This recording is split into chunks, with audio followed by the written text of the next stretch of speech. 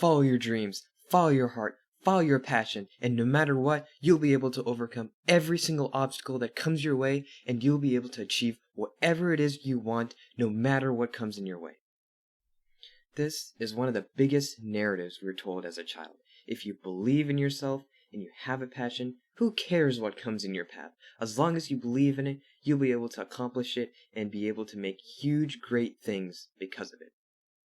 However, this has largely not been the case in real life when we look at many famous examples. In fact, there's actually a much more accurate narrative which represents how people actually become successful, rather than just simply following their passion. So, let's investigate.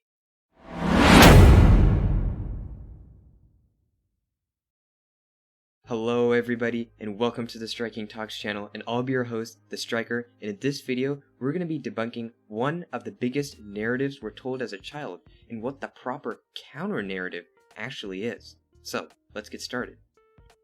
I think in everybody's childhood, we were probably told that if you wanted something so much, you had a strong goal in mind, you chased it, no matter what, that you'd be able to achieve it. Of course, the people that say this don't have any bad intentions. After all, it's good to have a goal. It's good to have something to strive for to make yourself a better person. However, in reality, there seems to be some flaws with this method of thinking. In fact, during the whole applying to college and applying to job process, people would constantly come up to me and ask me, "Hey, Striker, what's your favorite college? What's your dream college that you want to get into?" Or, "Hey, Striker, what's your favorite job? Or what is the one company you want to work for?" Look, folks, it's not that I don't have a dream job, or I didn't have a dream college. Of course I did. There are certain places I would love to work, and there were certain colleges I would love to attend. And it's not like I didn't place them as goals. However, I didn't go out of my way to follow that one passion and hone out that one goal. And there are so many other opportunities. But the question is, why follow one goal and one passion to such a high extent when there are other opportunities lurking out there? Some of these alternative outcomes might not just be more realistic and attainable, they might actually be objectively better than the goal that I actually had in mind. It might actually make me happier in the end. This is why many industry experts, top CEOs, all recommend that instead of chasing certain passions and goals, it's actually much better to chase opportunities. These are what actually lead to success.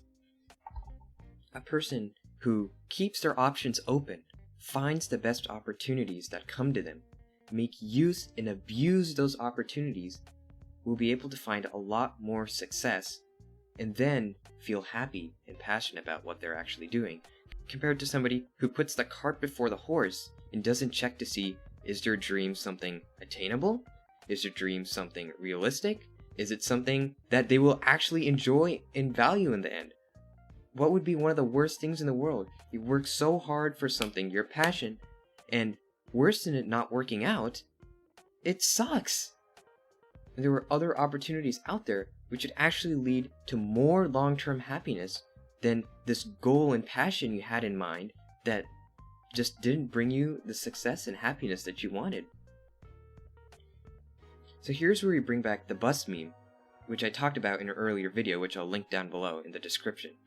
So to recap what I said in that video, it said we have to consider both the negative and the positive aspects of situations and the choices that we make, and we can't allow ourselves to just ignore the negative options and simply just look at the positive options and think we are being optimistic and we're actually helping ourselves, when in reality we're actually harming ourselves.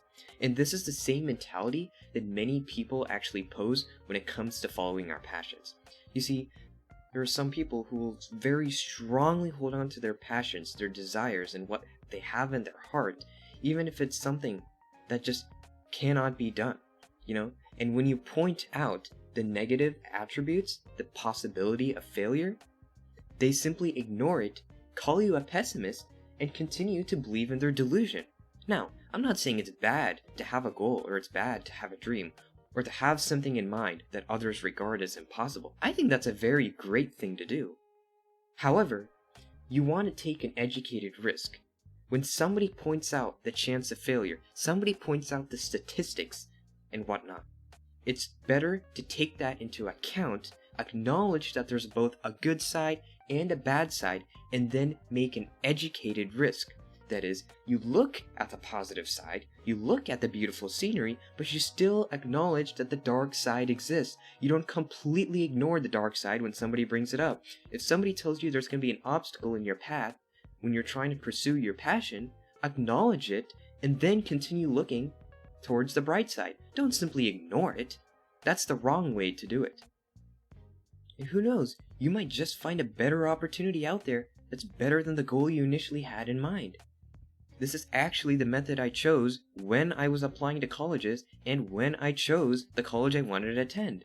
I looked at the different statistics surrounding the program I wanted to attend and the information about each of the colleges that I applied to. And after I had gotten my acceptances back, I simply had to decide which college worked the best for me. And I know this is the same approach I'm going to be using when I'm looking for a job. If I fixate my mind on one thing, I'm not letting myself be open to change, open to new possibilities that could be better than the one I already have in mind. Listen, folks, so if you do your research and search for a multitude of opportunities, then you end up being passionate about one of those opportunities because not only is it practical, not only is it something attainable, and it's something that you find happiness in, you will actually experience more success. So here's how the proper narrative should actually go. You don't have somebody who is extremely passionate about one thing and then goes out and does it, which is something that only happens in fairy tales. You actually have somebody who went out in the world. They searched and searched, tried out a lot of different things, tried out different opportunities, and eventually they found their goal, they found their passion, and they found something that works and makes them happy. Thank you guys so much for watching this video. If you enjoyed this content, make sure to subscribe, leave a like, and turn on those notifications. Peace out, folks.